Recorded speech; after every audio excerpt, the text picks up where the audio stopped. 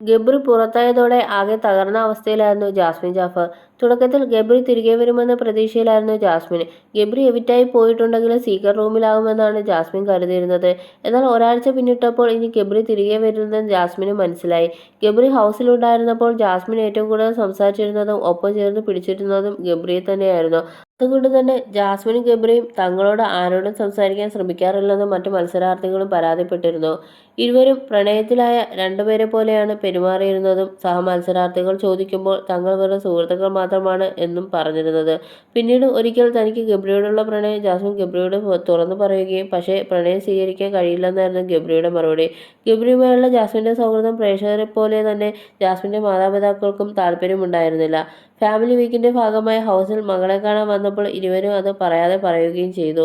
ഗബ്രിയുടെ ഓർമ്മകൾക്കായി Jasmine സൂക്ഷിച്ചു വെച്ചിരുന്ന മാലയും ഫോട്ടോയും അടക്കം എല്ലാം ജാസ്മിന്റെ പിതാവ് എടുത്ത് മാറ്റുകയും സ്റ്റോർ റൂമിൽ കൊണ്ടുവയ്ക്കുകയും ചെയ്തു.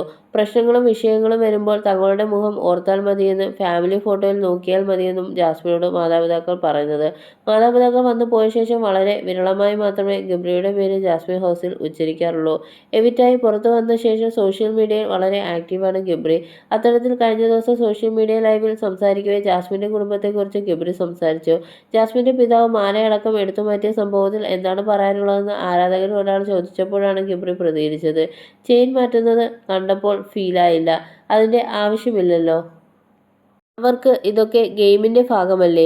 എല്ലാ പേരൻസും അവരുടെ മക്കൾ ഏറ്റവും ബെസ്റ്റായുള്ള കാര്യങ്ങൾ ചെയ്യണമെന്നാണ് ആഗ്രഹിക്കുന്നത്. അതുകൊണ്ടാണ് അവർ അങ്ങനെ ചെയ്തത്. അതിൽ എനിക്ക് കുഴപ്പമില്ല. അതിൽ ഒരു തെറ്റുമില്ല. അവർക്ക് ശരിയെന്ന് തോന്നുന്നത് അവർ ചെയ്തു. എനിക്കതിൽ പ്രശ്നമൊന്നുമില്ല. ജാസ്മിൻ എപ്പോഴും എൻ്റെ നല്ല സുഹൃത്തുക്കളിൽ ഒരാളായിരിക്കും എന്ന് ഗബ്രി പറഞ്ഞത്. എവിറ്റായി പുറത്തു വന്ന ശേഷം ഗബ്രി ഏറ്റവും കൂടുതൽ നേരിട്ട ചോദ്യം സുഹൃത്തായ പെൺകുട്ടി എന്തിന് കെട്ടിപ്പിടിക്കുകയും ഉമ്മ വയ്ക്കുകയും ചെയ്തുവെന്നാണ്. തൻ്റെ സുഹൃത്തുക്കളോടെല്ലാം താൻ അത്തരത്തിലാണ് പെരുമാറുന്നത് അതിൽ മറ്റൊരു ഉദ്ദേശവുമില്ലെന്നുമാണ്. ഹൗസിനു പുറത്ത് വന്ന ശേഷവും ജാസ്മിനുമായി സൗഹൃദം പുലർത്തുമെന്നും ആര് നിന്നില്ലെങ്കിലും ജാസ്മിനൊപ്പം ഞാൻ നിൽക്കുമെന്നും ഗബ്രി പറഞ്ഞു. അതേസമയം എവിറ്റായി പുറത്തു വന്ന ശേഷം എല്ലാ അഭിമുഖങ്ങളിലും ജാസ്മിനെക്കുറിച്ച് ഗബ്രി സംസാരിക്കാൻ തുടങ്ങിയതോടെ ജാസ്മിന്റെ മാതാപിതാക്കൾ ഗബ്രിയെ വിളിച്ച് താക്കീത് നൽകിയതായി കഴിഞ്ഞ ദിവസം സിബിൻ ലൈവിൽ പറഞ്ഞിരുന്നു. അതേസമയം ഗബ്രിയുമായുള്ള ബന്ധത്തിന്റെ പേരിൽ ജാസ്മിനുമായി വിവാഹം ഉറപ്പിച്ചിരുന്ന അഫ്സൽ എന്ന യുവാവ് വിവാഹത്തിൽ നിന്ന് പിന്മാറി. 9 വയസ്സുവരെ ജാസ്മിൻ ഒറ്റയ്ക്കായിരുന്നു. പിന്നീടാണ് അനുജൻ വരുന്നത്. അതുകൊണ്ട് തന്നെ ഒരുപാട് കൊഞ്ചിച്ചാണ് അവളെ വളർത്തിയത്. ഭയങ്കര കുസൃതിയായിരുന്നു. ആരെങ്കിലും എന്ത് ചോദിച്ചാൽ കുന്തെന്ന് പറയുന്ന സ്വഭാവമായിരുന്നു.